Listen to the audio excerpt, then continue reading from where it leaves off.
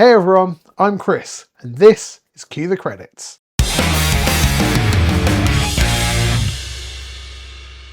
Welcome back to Cue the Credits, the home of everything boutique Blu-rays, physical media, and the art of collecting. And also me just chatting about movies. In today's episode, we are talking everything that I watched in the month of November. And I'll be absolutely honest with you, if you checked out what I watched in October, it is going to be nowhere near as long as that. I think we're on 20 plus features and some TV and stuff. But October was just another level. So if you want to see the pain that I was going through, pop up there. Starting off the month of November, on November 1st, we are going to talk actually about 8 films that I watched over the course of November 1st to November 10th. And by talk about, I mean talk about the fact that I watched the Mission Impossible film franchise for the first time in cinemas. And I did a whole 90-minute feature film, as it were, on that, talking about each one of the 8 films, first going into the cinema and then my thoughts going out of it. It is a bumper video and I'm really happy with how it turned out. I'm going to link it up the top and down the bottom if you'd like to check it out, hear my really in-depth thoughts about the Mission Impossible franchise and just experience me experiencing them for the first time. Please check it out. It was a really fun challenge to do, watching them all in the cinemas and getting to experience them for the first time exactly how, of course, Tom Cruise intended for them to be watched. But I will be brutally honest with you, after doing the Halloween challenge and then this Mission Impossible one, I was ready to just put my feet up. So we'll skip back to the 4th of November because there was a little bit of a break between the Mission Impossible films. And we'll talk about the first film that wasn't Mission Impossible. And that film was The Greatest Showman. This is on a 4K Blu-ray. I honestly adore this film. Anyone who knows me outside of Cue the Credits knows that I absolutely adore The Greatest Showman. As you saw, it was a 5 out of 5. I just love it. I love a good musical. And The Greatest Showman came out in quite a time of my life where I needed that little bit of pick-me-up. And you know what? It is always tied to that kind of semi-negative part, but also a really positive one because I just have fond memories of this. I saw it so many times in the cinemas when it first came out. Yeah, just love it. And it was great to experience it on 4K. It's a wonderful picture and of course the sound sounds great. So yeah, first non-Mission Impossible was The Greatest Showman. Next up was something the other half picked up in October, and of course if you want to check out the what I bought in October, by all means, you know where the link is.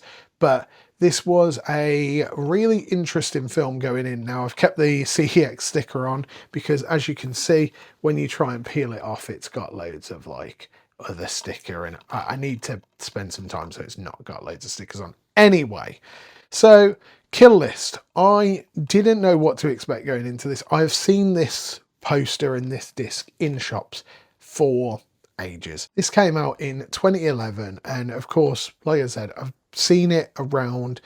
I didn't know what to expect going in at all. I thought it, yeah, without giving too much away, it is a really interesting British thriller. It notes on the back that it is a cult classic in the making. It has some twists and turns and it is a fun time. I personally gave it a 3 out of 5. I would quite like to revisit it because once you've watched it once, you're like, right, okay, well, that makes sense to why that person did that. Is there more stuff that I didn't see watching it for the first time because I wasn't expecting what happened? And yeah, if you've seen it, what did you think of it? What did you think of the ending? Try and not spoil it in the comments, but I would love to hear your thoughts about Kill List. Next up, and right in the middle of the Mission Impossible marathon, I did a lovely review for Arrow's brand new Mask 4K. Now, if you've watched the what I bought in November, you'll know why this is sealed, but this is a really fun time. I absolutely adore the Mask. I'm so glad that we've got a 4K of it, and it looks incredible because Blu-ray was a bit fine, and Arrow have done an absolutely wonderful job on this. If you want to see like the contents and everything, by all means check out my full video on it. But Jim Carrey, peak 90s Carrey, as the Mask, doing a bit more comedy than the comic book Mask would do, but it is just a great time. I honestly don't really know what more I could say about it than I already did in the review, but it's just a great time. 4 out of 5. Easy scoring. Should it be higher? One of my favourite 90s films. There's a couple of bits in there, but it made me howl and chuckle, and there are some incredible special features on this. You can see just on the back how packed this disc is, and I was sat there just burning through everything and just going ham and getting all of the Mask-based bits. But yeah, if you haven't checked out The Mask, where have you been for the last like nearly 30 years? Go watch it after this video. Don't stop this video to watch it, but go watch it after this video. The Mask. And we were firmly out of the Mission Impossible side of things, so the first thing that I watched after the Mission Impossible challenge was Downey Wrote That. This is a little documentary that was put out around Jim Downey, one of the writers on SNL. It's about an hour-long doc, and it's a real insightful view on how like Jim Downey's brain worked, how he came up with these sketches, and a little bit of behind the scenes in SNL, which is always fun to see. You also get some talking head segments from various members of SNL alums, and just basically waxing lyrical about how much of a great comedic mind Jim Downey is. I personally didn't have a rating on this one, but if you do enjoy Saturday Night Live, I would absolutely recommend checking this out. Next up was an anniversary screening of Dogma. Finally, it was back in theatres. It was the new 4K restoration, so got to see that before it officially comes out later this month. And as you saw, 4 out of 5. Brilliant time. It was great seeing it in a cinema. It was great watching my other half watch it for the first time, and great to see the 4K restoration. It looks incredible. I can't wait to get my hands on the physical copy of it. Stay tuned. There is something really exciting coming, hopefully in December, to do with Dogma. So keep your eyes peeled on the channel. Next up was Wicked, One Wonderful Night. This was a little like live show documentary that they did around Wicked and in promotion for Wicked for Good. It was a decent watch. Like you saw, haven't rated it, but it was enjoyable to kind of get you in the mood for Wicked for Good, which was obviously coming out in a week after watching that. Later that day, managed to check out The Running Man in IMAX. This is Edgar Wright's brand new film with, of course, Glenn Powell. Once again, if anyone knows me, I am all in on Glenn Powell. Like, just, yeah. If he's in a movie, I'm going to go and watch it. That being said, of course, you saw the rating, 3.5 out of 5. Now, I'm a big lover of Edgar Wright, and this film was by no means bad, but by no means was it a masterpiece. It ran a little bit long. It kind of lost itself in the third act, and watching it in IMAX, personally, I don't think I got a massive advantage on that side of things. You know, you'll see certain things in IMAX and be like, oh, wow, I am glad that I saw that in IMAX. For example, Tron Ares, which got a higher score than this. And do you know what? There is some IMAX bias, definitely, because having that experience really is an experience. And The Running Man just unfortunately didn't give me that. Though, don't get me wrong, it is a fun film. It's just didn't hit the way that I wanted to. And I would say it probably ran a little bit longer, being over 2 hours. Maybe on a rewatch I'll enjoy it, or maybe it'll just go in the toilet a little bit more. We'll see. Either way, Running Man, if it is still in theatres, I wouldn't rush to go and see it in IMAX, but go and watch it in the cinemas. Next up, I'm getting in a couple of rewatch / first time watches in preparation for Welcome to Derry. You can probably guess I watched It, Chapter 1. I haven't got around to watching Chapter 2 yet, but Chapter 1, 4 out of 5. I mean, it's just a damn good horror film. Like, talking of remakes, we can't not say that this is a good horror film, you know? Like, it's creepy, it's scary, it paces itself really well. It looks absolutely incredible in 4K as well. Just, I love it.